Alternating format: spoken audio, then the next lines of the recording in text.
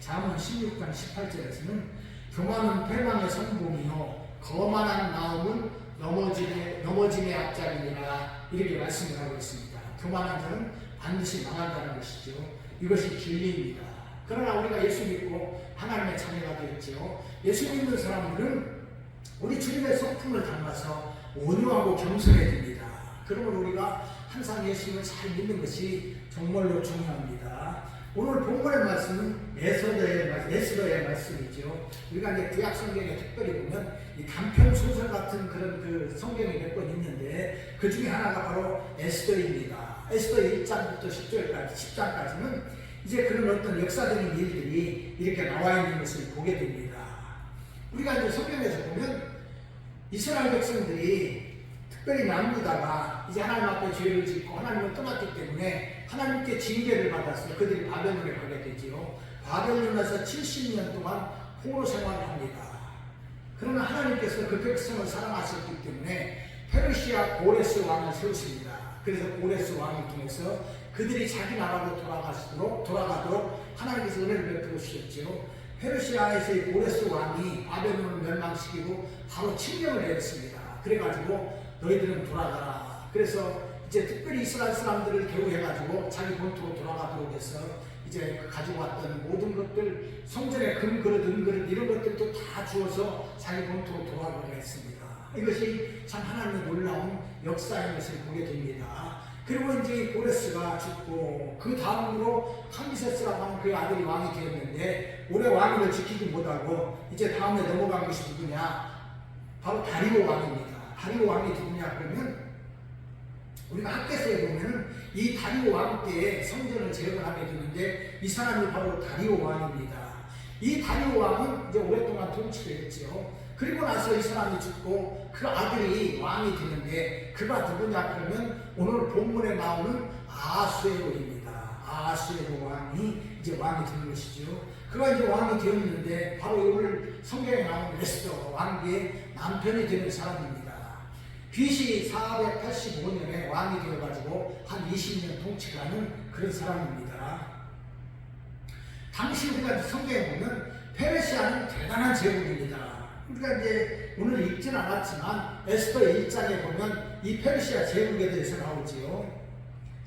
127지방을 다스리는 왕이 바로 아하수의 왕이다. 인도에서부터 구수까지 성경은 이렇게 말씀을 하고 있는데 이제 인도에서부터 이 중동 지방, 위로는 저 이제 터키 지방, 남쪽으로는 이제 이스라엘, 저 이제 이집트 지방에서 리비아까지 많은 지역을 다스리는 대제국의 왕입니다. 그가 왕이 되어가지고 3년째 되는 해에 이제 큰 잔치를 했다. 성경은 말씀하고 있는데 에스더 1장 3절로 4절에 보면 왕에 있은 지 제3년에 그의 모든 지방관과 신하들을 위하여 잔치를 베푸니 바사와 메대의 장수와 각 지방의 귀족과 지방관들이 다 왕 앞에 있는지라. 왕이 여러 날 곧 180일 동안에 그의 영화로운 나라의 보암과 위엄의 혁혁함을 나타내니라. 아멘. 그가 왕이 되고 3년째 되던 해에 큰 잔치를 베풀었습니다. 6개월 동안 잔치를 했는데 3절에도 보면 장수와 지방의 귀족들과 지방관들을 다 모았다. 그 127지방의 모든 장수들을 모았어요. 한꺼번에 모진 않았을 것입니다. 순번을 정해서 이렇게 아마 했을 것 같아요. 6개월 동안 잔치를 하는데 대단한 잔치를 했습니다. 뭐 그냥 일반 잔치를 했겠습니까? 짐승을 잡고 좋은 음식을 만들고 술을 내가지고 그 장수들을 치하하고 지방관들을 치하했습니다. 그들을 격려한 것이요. 왜 6개월 동안 잔치를 했습니까? 전쟁하기 위해서 한 것입니다. 사실 전쟁하기 위해서 한 것이에요. 이렇게 6개월 동안 어마어마한 큰 잔치를 했습니다. 그리고 나서 전쟁을 합니다. 아버지 다리오 왕이라고 했죠. 아버지 다리오 왕이 이제 사실 이제 많은 이제 정복 전쟁을 했는데 특별히 이제 그리스 지역도 웬만한 지역은 차지를 했어요. 그런데 아테네 전투에서 실패했습니다. 우리가 마라톤 전투라고 하기도 하는데 우리가 유명한 그 마라톤이 있지 않습니까? 42.195가 왜 나왔느냐? 바로 그 전투 때문에 나온 거예요. 다리오 왕이 아테네 전투를 하게 되는데 실패했습니다. 정복 전쟁에 실패했어요. 아테네 사람들이 참 대단했습니다. 그리고 이제 실패를 하니까 이 아들이 이제 아하수에로 왕이 되어가지고 자기 아버지가 실패했던 이 전쟁 내가 만회해보자 그런 이제 뜻을 가지고 사실은 이 큰 잔치를 했습니다. 그리고 나서 그 잔치가 끝나고 이제 도성 사람들을 위해서 잔치를 한 다음에 이제 이 전쟁 준비를 하고 전쟁을 하게 됩니다. 자기는 이제 저 밑에 수산이지요. 수산에 왕궁이 있었습니다. 수산이 어딘가 하면 지금 이제 이 이란 저 밑에 지방이죠. 이란 이라크 밑에 지방인데 유프라데스강, 티그리스강 그 남쪽에 있는 그 지역입니다. 거기서부터 이제 군사들을 데리고 이제 가는 거예요. 이제 뭐 제국의 전쟁이라는 것이 뭐 그렇습니다만은 자기 나라에서 다 동원하는 게 아니고 정예 부대만 자기 나라에서 데리고 갑니다. 그리고 올라가면서 이제 다행히 자기가 통치하는 나라에 대해서 이제 그 병력을 동원하는 것이죠. 병력을 동원해서 이제 합니다. 아마 자기 나라에서는 아마 몇만 명 정예병을 했는지는 잘 모르겠습니다만 동원하고 해가지고 역사적으로 보면 어떤 사람들은 뭐 200만 명을 동원했다 그러는데 어떤 사람들은 100만 명을 동원했을 것이다. 이런 하여튼 어마어마한 이렇게 그 사람들을 동원하고 각 지역에서 배를 동원합니다. 함선을 동원하는데 역사적인 사건에 보면 성경에는 안 나와 있지만 1000척이 넘는 함선을 동원했다 그럽니다. 뭐 제국이 어마어마한 걸 동원했을 거 아닙니까? 그래가지고 조그만한 이 제국, 이 아테네를 침략하기 위해서 전쟁을 합니다. 육군은 터키 지방으로 이제 통해가지고 저 마게도냐 지방을 거쳐가지고 이제 돌아가지고 그리스 지방에 또 일부를 점령하고 이제 내려갑니다. 그런데 이 해군은 급하게 가가지고 아테네로 그냥 치고 올라갔습니다. 아테네에 가보니까 아테네가 그 당시 한 15만 명 이렇게 있었을 것이다 그러는데 아테네가 텅 비었습니다. 어디로 갔나? 그 이제 바로 이제 아테네 안에 조그만한 섬이 있는데 그게 바로 살라미스 섬인데 그쪽으로 다 옮겨버렸습니다. 그리고 방어선을 구축하고 있는 거예요. 해군이 가가지고 이제 이 함락을 해야 되는데 그때 마치 큰 태풍이 일어나가지고 배가 일부가 많이 깨져버렸습니다. 이 천천히 넘는 배 중에서 수백 척이 파손을 했다 그렇게 이야기합니다. 그렇게 파손을 하고서 이제 남아있는 이 함선을 가지고 계속해서 이제 들어가는데 그 좁은 해역으로 들어가다 보니까 다 깨져버렸습니다. 배가 적군에 의해서 파손이 되고 마는 것이죠. 그리고 이제 육군으로 함락을 하려고 했는데도 함락을 못했습니다. 조그마한 섬 하나를 함락을 하는데 못한 거예요. 결국은 실패했습니다. 어마어마한 군사를 동원하고 큰 배를 동원했음에도 불구하고 아테네에서 또다시 자기 아버지처럼 패전하고 나는 거예요. 그리고 나서 그래도 이 사람이 지혜로운 사람이라 안 되겠다 생각을 하고 포기하고 자기 나라로 돌아오게 됩니다. 자기 나라로 돌아오지요. 그리고 나서 이제 이 자기가 이제 허전한 마음도 달래고 그러려고 이제 왕비를 세웁니다. 사실 지난번 잔치에 왕비를 이제 폐위시켰죠. 왕비를 세우게 되는데 바로 에스더를 왕위로 이제 세우게 되는 것을 보게 됩니다. 유대인이죠. 에스더 2장 17절 18절 말씀입니다. 에스더 2장 17절 18절 왕이 모든 여자보다 에스더를 더 사랑하므로 그가 모든 처녀보다 왕 앞에 더 은총을 얻은지라 왕이 그의 머리에 관을 씌우고 와스비를 대신하여 왕으로 삼은 후에 왕이 크게 잔치를 베푸니 이는 에스더를 위한 잔치라 모든 지방관과 신하들을 위하여 잔치를 베풀고 또 각 지방의 세금을 면제하고 왕의 이름으로 큰 상을 주리라. 아멘. 비록 그가 전쟁에서는 전국 전쟁에서는 실패했지만 그래도 대제국의 황제입니다. 그 지위는 흔들리지 않는 거예요. 그래서 이제 유대인 이 에스더를 자기 왕비로 삼습니다. 그리고 큰 잔치를 했다 성경은 말씀하고 있지요. 모든 제국의 사람들을 다 동원해서 또 다시 큰 상을 잔치를 베풀고 상을 주었던 것을 보게 됩니다. 이제 바로 유대인인 에스더 그녀가 왕비가 됩니다. 황후가 되는 것이죠. 대단한 지위에 올랐습니다. 그리고 이제 그 나라는 평온을 찾은 거예요. 성경을 보면은 이렇게 이제 아수르의 왕이 평온을 찾은 다음에 자기가 신임하는 아각 사람 하만을 총리로 삼습니다. 아각 사람 하만이 누구냐? 아말렉 사람입니다.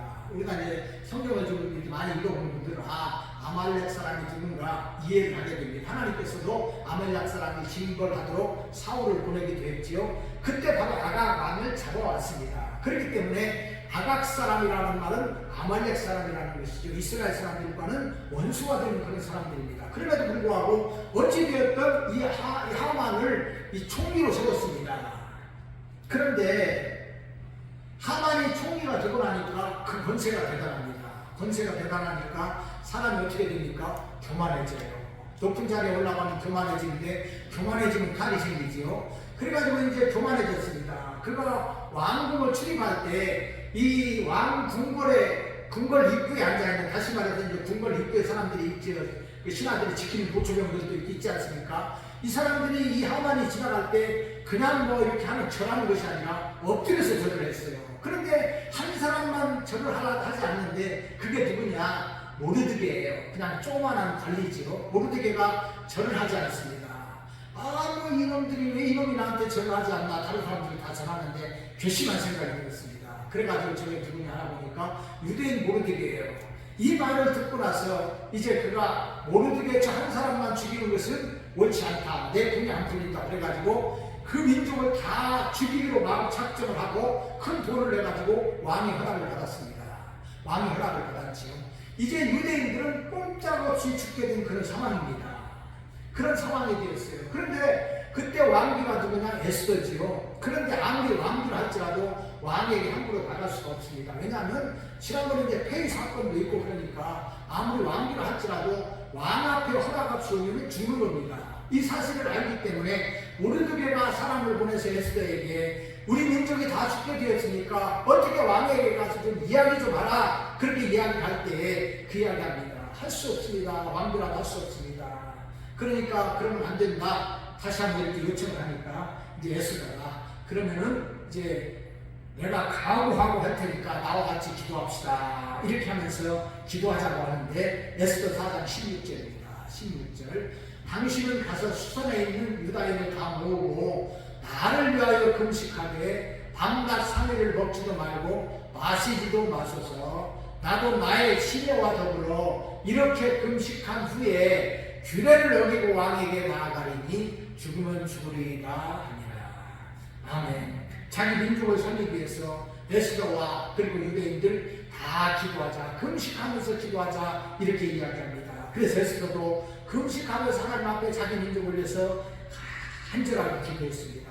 기도한 후에 에스더가 왕에게 나아갑니다. 이제 왕에게 나가죠. 어전에 나간 것입니다.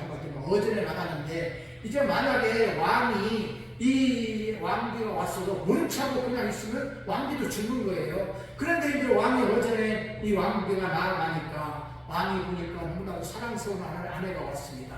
사랑하는 마음이 발동을 하는 거예요. 그래서 금주를 내밀어서 자기 왕비를 맞이합니다. 그리고 이야기하죠. 왕비여, 무엇 때문에 나에게 왔는가? 그대의 소원이 무엇이냐? 나라의 반이라도 주겠다. 이렇게 이야기합니다. 지금 에스더가 무엇 때문에 나갔지요? 자기 민족을 살리기 위해서 나간 것입니다. 그런데 이 일이 굉장히 중대한 사안입니다. 다시 말해서 자기 민족을 죽이려고 하는 사람은 총리인 하만이고 왕이 자기 민족을 다 죽이려고 허락을 한 사람이 누구냐? 왕이에요. 왕이 도장을 찍어가지고 이 일을 허락한 것입니다. 물론 왕이 잘 몰랐기 때문에 그 일을 했지만 그러나 어찌됐든 왕이 허락이 떨어진 것이기 때문에 아무리 왕비라 할지라도 함부로 하면 안 되는 거예요. 바로 그것을 알기 때문에 이제 금식을 선포하고 함께 기도했던 것을 보게 됩니다. 그래서 왕이 그 이야기를 하니까 지혜로운 에스더가 이야기합니다. 왕이요, 만약에 내가 왕에게 은총을 받은 여인이라면 내일 내가 잔치를 할 테니까 하만과 함께 나의 잔치에 오소서. 이렇게 청을 됩니다. 이제 이 왕비의 청에 따라서 그 다음날 하만하고 왕이 가서 왕비의 이 잔치에 가서 술도 마시고 잔치에 참가했습니다. 왕이 다시 묻습니다. 왕비여, 그대의 소원이 무엇이냐? 내가 나라의 절반이라도 너를 위해서 주겠다. 이렇게 이야기를 하는데 지혜로운 왕비가 다시 한번 요청합니다. 왕이여, 그렇다면 내일 한 번만 다시 하만하고 오십시오. 내일은 제가 제 소원을 말하겠습니다. 그렇게 이야기했습니다. 그리고 그 밤이 되었습니다. 그것이 바로 오늘 본문의 말씀입니다. 오늘 본문 6장의 말씀이 바로 그 말씀입니다. 사실 왕은 왕비의 잔치에서 술도 마셨기 때문에 이제 그 밤에 잠을 잘 자야 됩니다.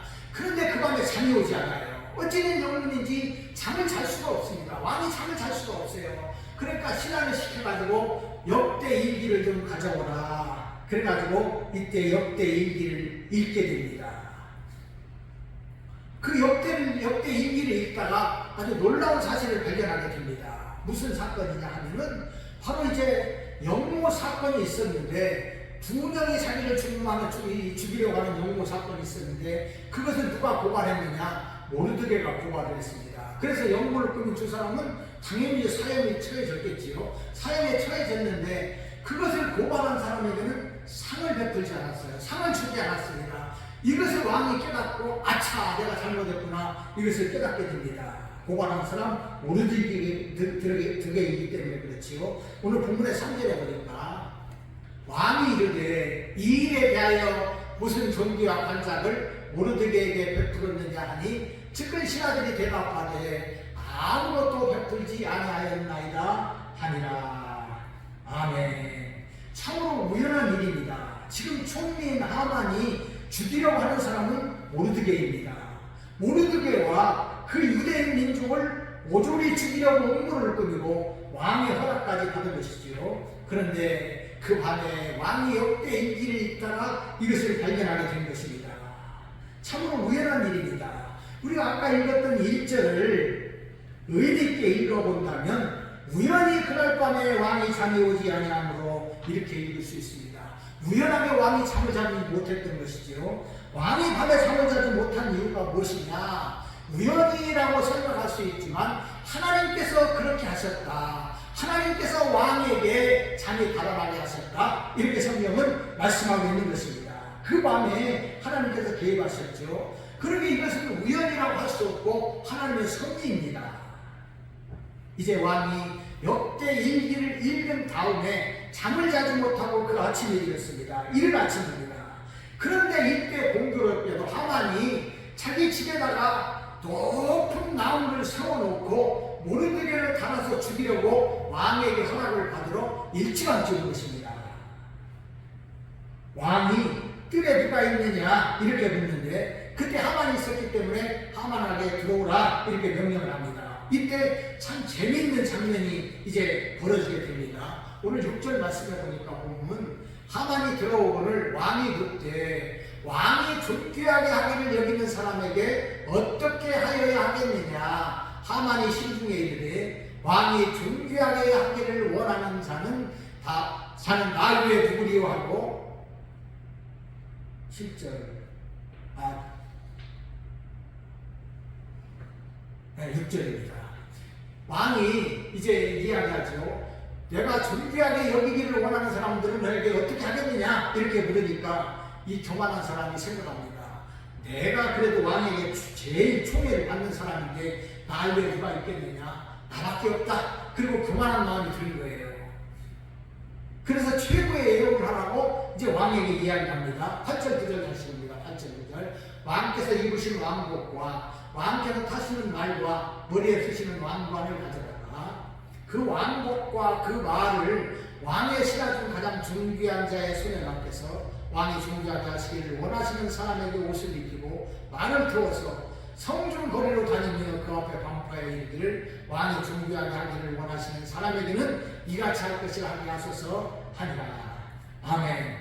자기인 줄 알고 이제 왕에게 이야기하는 것이죠. 왕 같은 대우를 좀 한번 해주십시오. 이렇게 이야기하는 것입니다.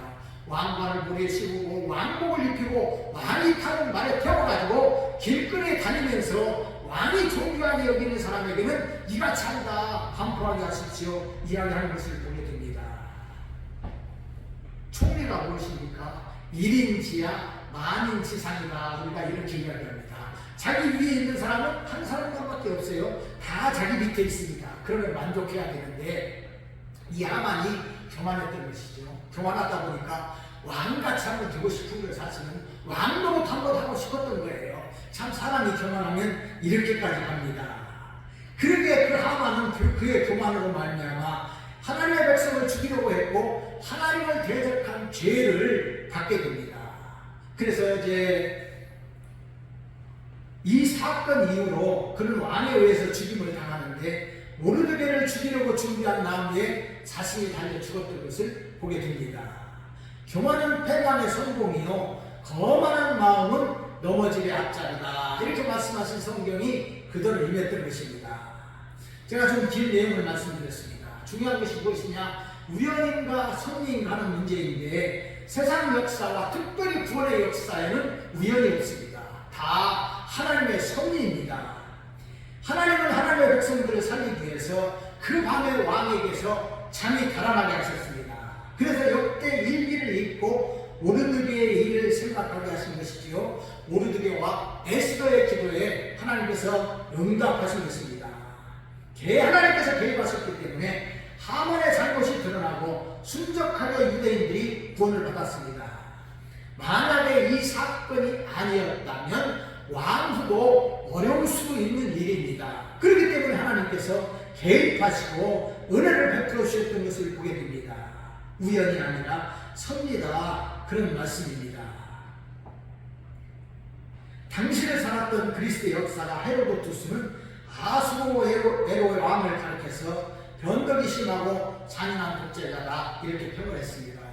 독재자가 되면 아주 잔인하게 사람을 죽입니다. 아수에로 왕도 변덕스럽고 아주 악독한 그런 독재자였다, 잔인한 독재자였다, 그런 말씀입니다. 첫 번째 왕비도 광암에 버린 사람이지요. 그렇기 때문에 하나님께서 확실하게 하기 위해서 그 밤에 계획하셨던 그런 일이 되는 것입니다. 우리가 이제 룻기에도 보면 모압에서 돌아온 룻이 이제 우연히 보아스의 밭에 가서 이삭을 주었다, 이렇게 성경은 말씀하고 있습니다. 룻기 2장 3절입니다. 룻이 가서 베는 자를 따라 밭에서 이삭을 줍는데 우연히 엘레멜렉의 친족 보아스에게 속한 밭에 이르렀더라. 성경에는 우연히 이렇게 이야기를 했습니다. 그러나 우연이 아니죠. 하나님의 섭리가 있었습니다. 그래서 하나님의 섭리로 룻이 보아스의 밭에 가서 이삭을 줍고 이제 그것이 계기가 되어가지고 룻이 보아스의 아내가 됩니다. 그래서 하나님의 뜻을 실천하게 되는데 바로 이 보아스와 결혼을 해가지고 다윗의 할아버지 오벳을 낳게 되고 이제 나중에는 다윗이 그를 통해서 낳게 되지요. 뿐만 아니라 예수 그리스도의 계보에 올라가는 그런 일을 만나게 된 것을 우리가 보게 됩니다. 우연이 아니라 하나님의 역사요 섭리인 것을 보게 됩니다. 요셉도 억울하게 옥에 갇혔습니다. 그러나 잘못한 것이 없었죠. 그럼에도 불구하고 그는 옥살이를 해야만 했습니다. 그런데 옥에서 우연히 술밭을 가는 자를 만나게 됩니다. 그래서 그의 꿈을 해석해주고 그가 나중에 이제 바로 왕의 꿈을 해석해서 애굽의 총리가 되었던 것을 보게 됩니다. 우연히 만난 것 같고 우연히 옥에 들어가는 것 같지만 거기에는 하나님의 섭리가 있었습니다. 그의 가족을 살리고 그의 가족이 큰 민족을 이루는 바탕을 주기 위해서 하나님께서 섭리하셨던 것을 보게 됩니다. 모세도 미디안 광야에서 우연히 한 곳에 이르게 됩니다. 거기에 보니까 떨기나무에 불이 붙었는데 불은 타는데 이제 그 나무가 타지 않는 것을 보게 됩니다. 우연이 아니라 하나님의 섭리였고 그 일을 계기로 모세는 사명을 받아서 이스라엘을 구원하는 하나님 앞에서 사명을 감당하는 일을 하게 되는 것을 보게 됩니다. 다 하나님의 섭리요 하나님의 역사입니다. 이런 일은 신약에서도 일어나는 것을 보게 됩니다.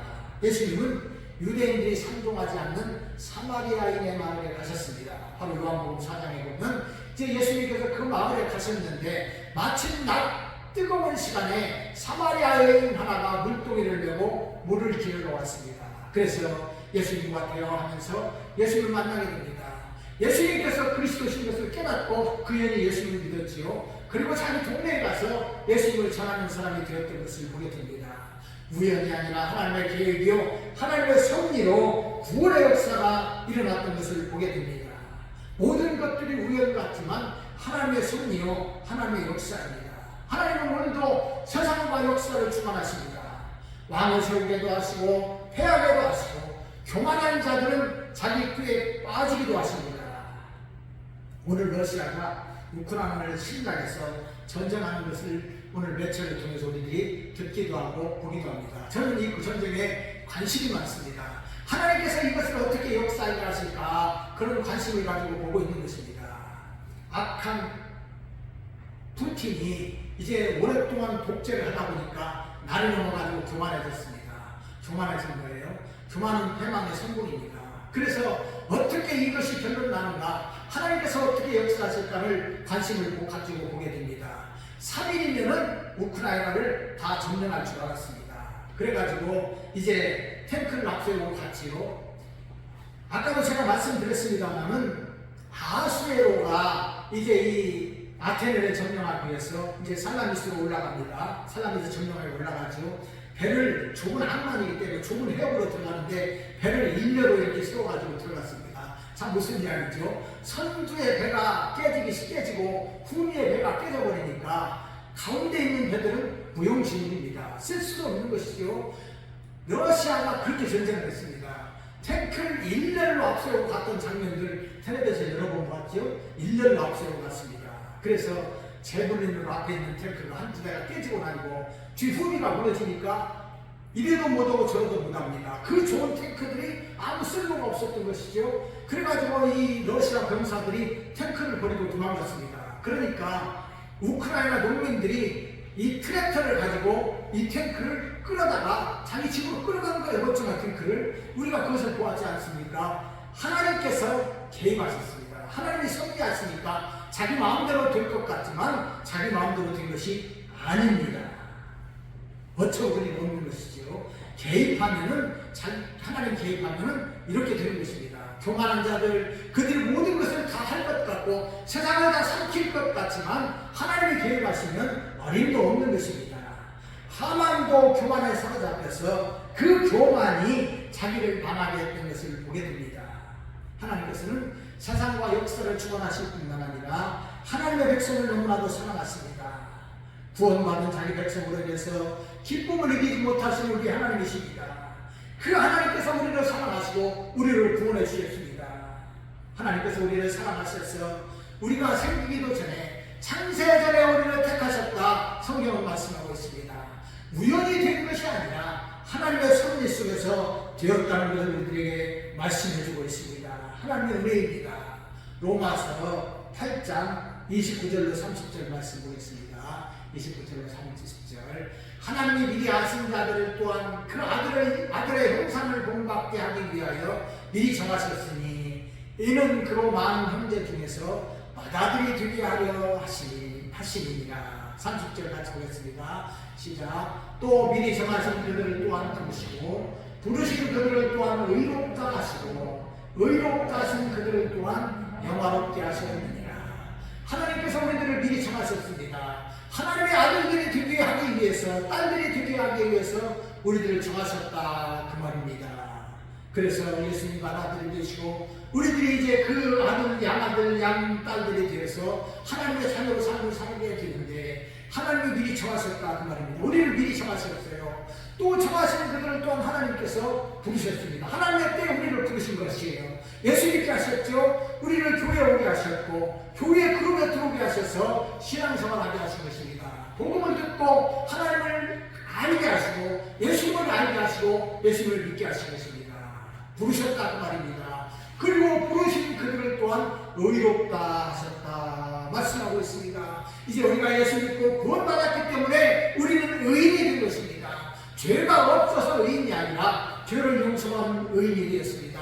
하나님의 아들이 되었다 그 말입니다. 의롭다 하신 그들을 또한 영화롭게 하신다 말씀하고 있습니다. 이제 우리가 예수 믿고 이 세상을 살다가 이 세상을 떠나게 되면 하나님 나라에 가는 것입니다. 영광스러운 하나님의 나라에 들어가서 영화로운 삶을 살게 되는 것입니다. 이것이 바로 영화입니다. 우리가 이제 이 세상에 살면서 하나님의 사회의 삶을 살고 이 세상을 떠나면 하나님 나라에 가게 되는 것입니다. 이것이 하나님의 은혜입니다. 그러므로 우리가 교회에 오는 것은 우연이 아닙니다. 하나님의 섭리입니다. 오늘도 우리가 이제 더 사람들이 함께 모여서 하나님 앞에 예배드리는 것도 우연이 아니라 하나님의 계획하시며 하나님의 은혜입니다. 우리를 사랑하셔서 우리를 선택하시고 우리를 예수 믿게 하시고 구원해 주신 하나님의 은혜입니다. 예수님께서는 우리들을 위해서 십자가의 중심으로 우리의 모든 죄를 다 용서해 주시겠습니다. 우리 주님의 피값으로 말미암아 우리는 희롱 입은 사람이 되었습니다. 이런 은혜를 감히 누가 정죄하겠습니까? 감히 누가 함부로 하겠습니까? 그럴 수는 없는 것입니다. 로마서 8장 37절입니다. 그러나 이 모든 일에 우리를 사랑하시는 이로 말미암아 우리가 넉넉히 이기느니라. 아멘. 이 모든 일에 우리를 사랑하시는 이로 말미암아 우리가 세상을 넉넉히 이긴다 말씀하고 있습니다.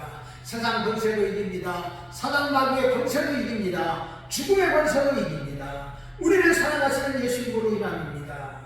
사실 우리는 연약한 사람입니다. 우리의 힘으로는 아무것도 할 수 없습니다. 우리는 사단 마귀도 이길 수 없고 세상의 권세도 이길 수 없는 연약한 자들입니다. 그러기 우리에게는 누가 필요합니까? 예수님이 필요합니다.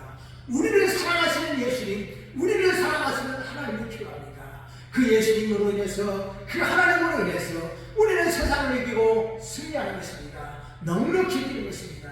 그러므로 확신을 갖기 바랍니다. 또한 세상의 그 어떤 것도 우리를 하나님의 사랑에서 끊을 수 없습니다. 하나님께서 우리를 자녀로 정하셨기 때문입니다.